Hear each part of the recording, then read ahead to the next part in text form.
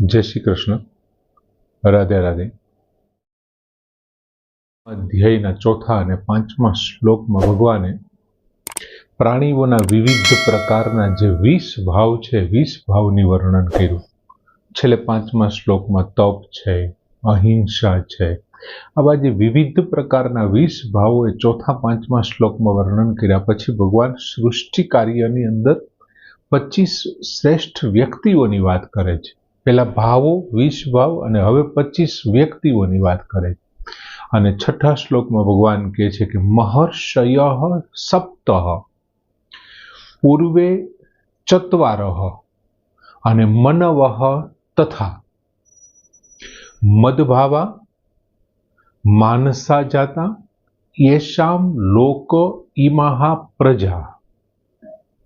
ભગવાન શું વાત કરે છે આ 25 વ્યક્તિઓમાં કે સપ્ત મહર્ષય, 7 મહર્ષિજનો, જે મહર્ષિ છે એ 7 મહર્ષિજનો, પૂર્વે ચત્વારઃ, પૂર્વે થયેલા 4 સનકાદી, જે સનકાદી છે પૂર્વે 4 જે સનકાદી બાળો થઈ ગયા તે, તથા એટલે તથા મનવઃ એટલે સ્વયંભૂ આદિ જે 14 મનુઓ છે તે.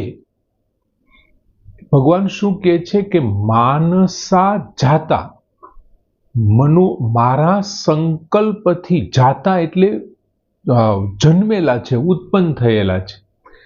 સપ્ત મહર્ષય, 7 મહર્ષિઓ, પૂર્વે ચત્વારઃ પૂર્વે થયેલા 4 સનકાદીઓ, અને તથા મનવઃ અને સ્વયંભૂ 14 મનુઓ, જે 14 મનુઓ છે તે માનસા જાતા મારા સંકલ્પથી જન્મેલા છે. બીજું મદભાવા મારામાં ભાવ રાખનારા છે. યેષામ જેમની, લોક એટલે સંસારમાં, ઇમાહ પ્રજા આ સઘળી પ્રજા છે, જેમની સંસારમાં આ સઘળી પ્રજા છે. સંસારની અંદર જે કઈ પ્રજાજનો જોઈએ છે એ બધી જ એમની છે. એમ ભગવાને ચોથા અને પાંચમા શ્લોકમાં પ્રાણીઓના 20 ભાવોની વાત કરી અને અહીં 25 વ્યક્તિઓની વાત કરી. પ્રાણીઓના 20 ભાવો અને અહીં વ્યક્તિઓ 25, એમાં 7 મહર્ષિ, 4 સનકાદી એટલે 7 ને 4 11 અને 14 મનુઓ એટલે આમ કુલ 25 વ્યક્તિઓની વાત કરી. હવે ભગવાન અહીં શું કહે છે કે ભાઈ સપ્ત મહર્ષય, જેમની અંદર આ 7 ગુણ હોય ને તેમને મહર્ષિ કહેવાય. મહાન ઋષિ જે આપણા 7 થઈ ગયા. હવે વાયુ પુરાણ પ્રમાણે આ 7 ગુણોનું વર્ણન વાયુ પુરાણમાં આવે છે. એક પહેલું કે છે દીર્ઘાયુષો, જે લાંબુ જીવનારા છે. બીજું મંત્રકૃતો, જેમણે ઋચાઓ મંત્રોને પ્રગટ કર્યા છે તેવા. પછી ઈશ્વરા એટલે ઐશ્વર્યવાન છે. દિવ્ય ચક્ષુષ, જેવો દિવ્ય દ્રષ્ટિવાળા છે. પછી વૃદ્ધા ગુણ અને વિદ્યામાં જેવો વૃદ્ધ છે. પ્રત્યક્ષ ધર્મણા એટલે ધર્મનો સાક્ષાત કરનારા છે. અને 7મો ગુણ છે એ છે ગોત્ર પ્રવર્તક, જે ગોત્રોના પ્રવર્તક છે. વિવિધ પ્રકારના આપણા જે ગોત્ર છે એમને ચાલુ કરનારા છે. આ 7 ગુણ જેનામાં હોય ને એવા વ્યક્તિઓને મહર્ષિ કહેવાય. અને 7 શ્રેષ્ઠ મહર્ષિઓ છે. ભગવાન શું કહે છે, સપ્ત મહર્ષય માનસા જાતા અને મદભાવા, તે મારા સંકલ્પથી જન્મેલા છે અને મારામાં ભાવવાળા છે. હવે આ 7 લક્ષણો છે એવા ઋષિઓ ક્યાં ક્યાં છે? તો એક મરીચી ઋષિ, બીજા અંગિરા ઋષિ, ત્રીજા અત્રિ ઋષિ, ચોથા પુલસ્ત્ય ઋષિ, પાંચમા પુલહ, છઠ્ઠા ક્રતુ અને 7મા વશિષ્ઠ. આ 7 ઋષિ એવા છે જે મહર્ષિઓ છે. આ 7 ઋષિ છે ને એ વેદ વેતા છે. સમગ્ર વેદને સંપૂર્ણપણે જાણનારા છે. એમનાથી કોઈ બાબત અજાણ્યું નથી. એમને કોઈ હવે જાણવાનું બાકી નથી અને એમનાથી કંઈ હવે અજાણ્યું પણ નથી. બીજું એ 7 વેદાચાર્ય છે. વેદના આચાર્ય તરીકે તેમનું વર્ણન થયું છે. બીજું, પ્રજાપતિના જે કંઈ આ સૃષ્ટિનું કાર્ય છે એ કાર્યની અંદર નિયુક્ત કરાયેલા છે. ખુદ ભગવાને એમને, બ્રહ્માજીએ આ કાર્યની અંદર નિયુક્ત કર્યા છે અને આ જ મહર્ષિઓ છે. હવે આ 7 મહર્ષિ છે એ પ્રજાપતિ બ્રહ્માના એમને નિયુક્ત કરેલા છે. અને પછી ભગવાને વાત કરી ચત્વારહ પૂર્વે થયેલા 4 સનકાદિકો, એટલે 4 બાળકોનું જે વર્ણન છે.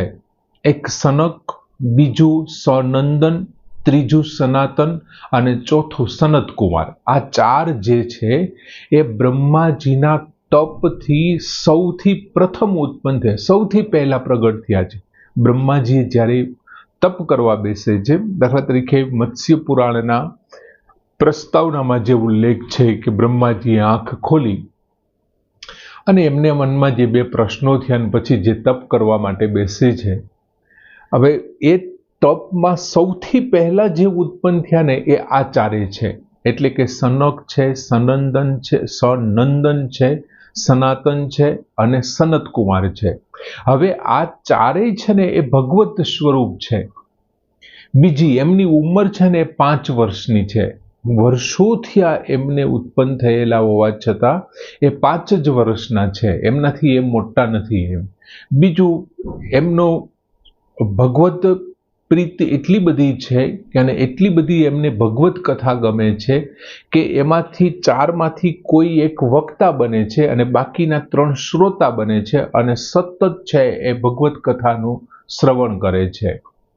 હવે હરિશરણમ એવમ હિ નિત્યમ એશામ મુખે વચઃ, હરિશરણમ એવ નિત્યમ, એમના મુખેથી સતત આવા વચનો નીકળે છે. આ 7 મહર્ષિઓ, 4 સનકાદિઓ અને પછીનું આવે છે 14 મનુઓ, જે વિવિધ પ્રકારના 14 મનુઓનું વર્ણન છે. એમાં સાવરણી છે, વૈવસ્ત છે, આવા 14 મનુઓના જે નામ છે.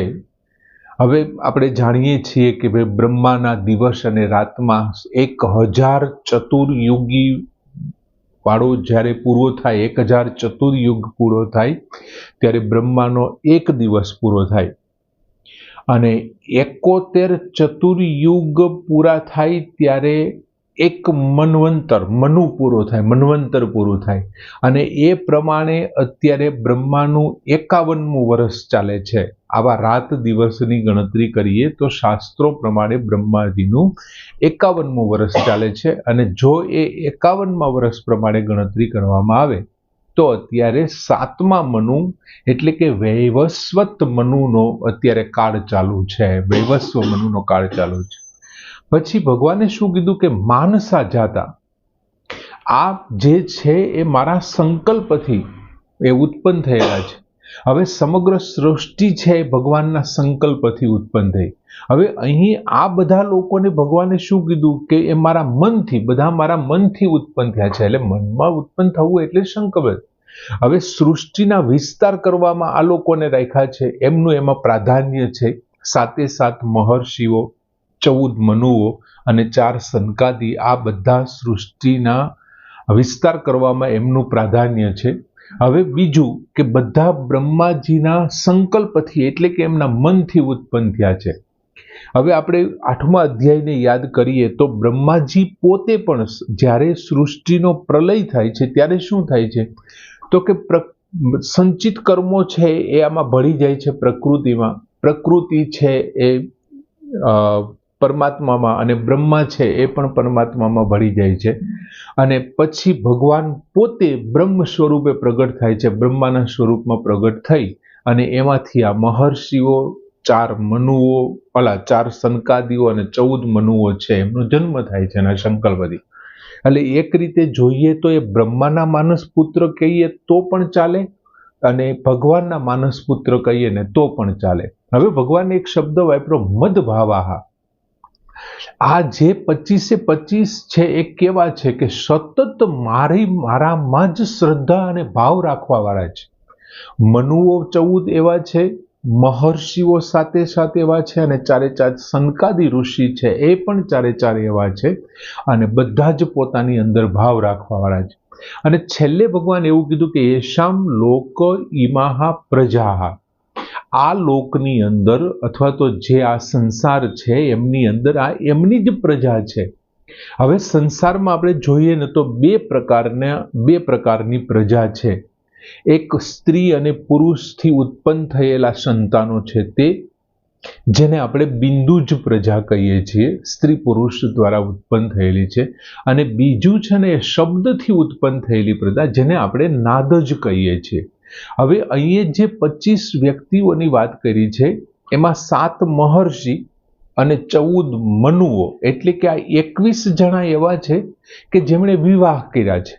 એટલે એમના જે સંતાનો છે ને એ સ્ત્રી પુરુષનું યુગલ છે. આ મહર્ષિઓ અને આ મનુઓ, એટલે એમના જે સંતાનો છે ને એ બિંદુ જ પ્રકારની પ્રજા છે.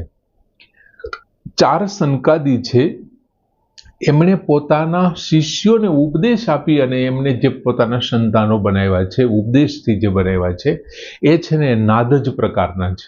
એટલે સપ્તર્ષિ અને મનુના જે વંશજો છે એ બિંદુ જ છે અને સનકાદીના જે વંશજો છે નાદજ છે.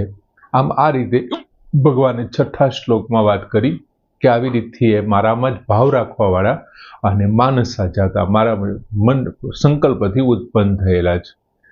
સરસ મજાનો 6થો શ્લોક કે મહર્ષયઃ સપ્ત પૂર્વે ચત્વારો મનવઃ તથા મદભાવા માનસા જાતા યેશામ લોક ઇમાહા પ્રજાએ પૂર્ણ કરી. જય શ્રી કૃષ્ણ.